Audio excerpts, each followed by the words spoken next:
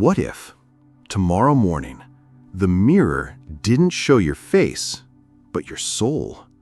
No wrinkles, no messy hair or puffy eyes, just something you've never seen before, the raw reflection of who you truly are. Imagine stepping closer, and instead of your body, your smile, your familiar features, you see something deeper, something that can't be edited, filtered, or faked, just felt, the essence of you. What would it look like? Maybe a soft, glowing light, peaceful, balanced. Or maybe a dense, cracked shape, like shattered glass holding too many memories. Maybe it drips with guilt, shame, fear, or desires you buried long ago. What if it had texture or weight? Maybe you'd feel pressure in your chest, or a strange lightness that makes you cry without knowing why. Here's the truth. Could you really look at it for more than a few seconds? Because the soul doesn't lie. It doesn't try to look strong. It doesn't play pretend. It just is. With every flaw, every trauma, every moment of beauty and silence. If your soul stood in front of you, visible, undeniable, what would you discover? Old wounds you thought had healed? Resentments you swore were gone? Maybe you'd realize you love less than you claimed, and fear more than you knew. Nobody truly knows themselves until they're forced to see themselves with no defenses. This mirror, the one that shows your soul, it isn't hanging on a wall. It lives inside you, and it never breaks. Now pause. Think carefully. If you could really see your soul, no masks, no makeup, no excuses, would you keep looking? Now picture this. Your soul has shape. It's not a thought or a feeling. It's real, with structure, presence, weight. And that shape says everything about you. Maybe it's symmetrical, like a perfect circle of light. Or maybe jagged, like a sculpture patched together where life broke you. Some might see it as a flame, alive, unstable, always shifting. Others as a tree, roots deep in forgotten memories, branches reaching for meaning. But what if that shape changed daily? What if it absorbed the truth of your actions and turned them into color, weight, texture? Kindness might make it glow. Betrayal might dim it. And maybe the hardest part isn't seeing it, but realizing it reflects who you actually are. Not what you post, not what you say, what you are. Now think about your shadows, the parts of you hidden even from those closest to you. Buried emotions, unspoken regrets, silences turned into shields. Carl Jung called this the shadow, everything you reject in yourself, but that never goes away. What if you could see those scars, feel them pulse whenever you get close to something you refuse to heal? Seeing your soul would be like reading a handwritten letter from the deepest part of you, the part you silenced for years. And you'd realize most of your pain comes from choices you made, knowing they weren't really yours.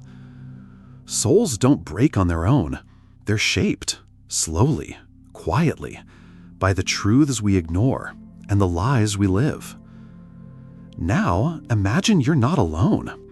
What if everyone could see their own soul and each other's? A world where no one can hide who they are, where the streets are full of bodies but empty of masks. You look someone in the eye and you don't see their clothes or status. You see their essence, whole or broken, awake or hurting. How would that change your relationships? Would you trust someone whose soul shines, even if you once judged them by appearance? Would you avoid someone whose soul feels heavy, even if they smile kindly? Love wouldn't be about charm. It would become compassion. Because how do you love someone once you've seen what they carry? Or maybe, how could you not? Leaders would be judged by the light or darkness of their soul. Friendships would be born from soul-to-soul connection. And enemies? Maybe they'd disappear. Because when you truly see someone, you realize pain, fear, anger, they live in everyone, even those who hurt you, even in you. Would that world be fairer? Maybe, but also harder.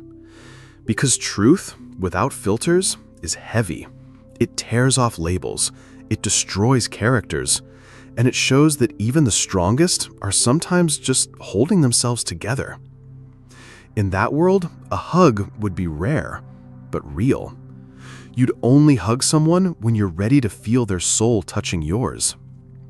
Visible souls would break masks, but they'd also break bonds. Because not everyone is ready to love once they've seen the truth. Some prefer the comfort of illusions over the weight of reality. Now, come back to yourself. Block out the world. Close your eyes.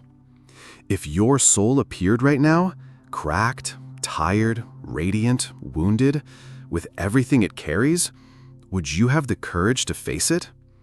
Not for a second, but fully, calmly, without running? Maybe your first instinct would be to deny it, say, "That's not me," or compare it to someone worse, just to feel a little better. But that soul you see, that's your journey, your choices, the ones you made, the ones you delayed, the ones you pretended weren't choices at all. If it's fractured, it's because you broke, and still, you kept going. Maybe seeing your soul isn't a gift. Maybe it's a test, a final mirror between you and the truth you've been avoiding. Most people would look away, because the soul holds what time can't erase, what words won't say, what the body learned to hide. But what if, just this once, you chose to look? Not as judgment, but as a reunion. What if, facing your imperfect but living soul, you chose to care for it? Not so others see something beautiful, but because you need to see something real. A soul doesn't need to be flawless. It needs to be honest. Not pure, but whole. And maybe that's why most people live with their eyes closed. Because true vision takes courage.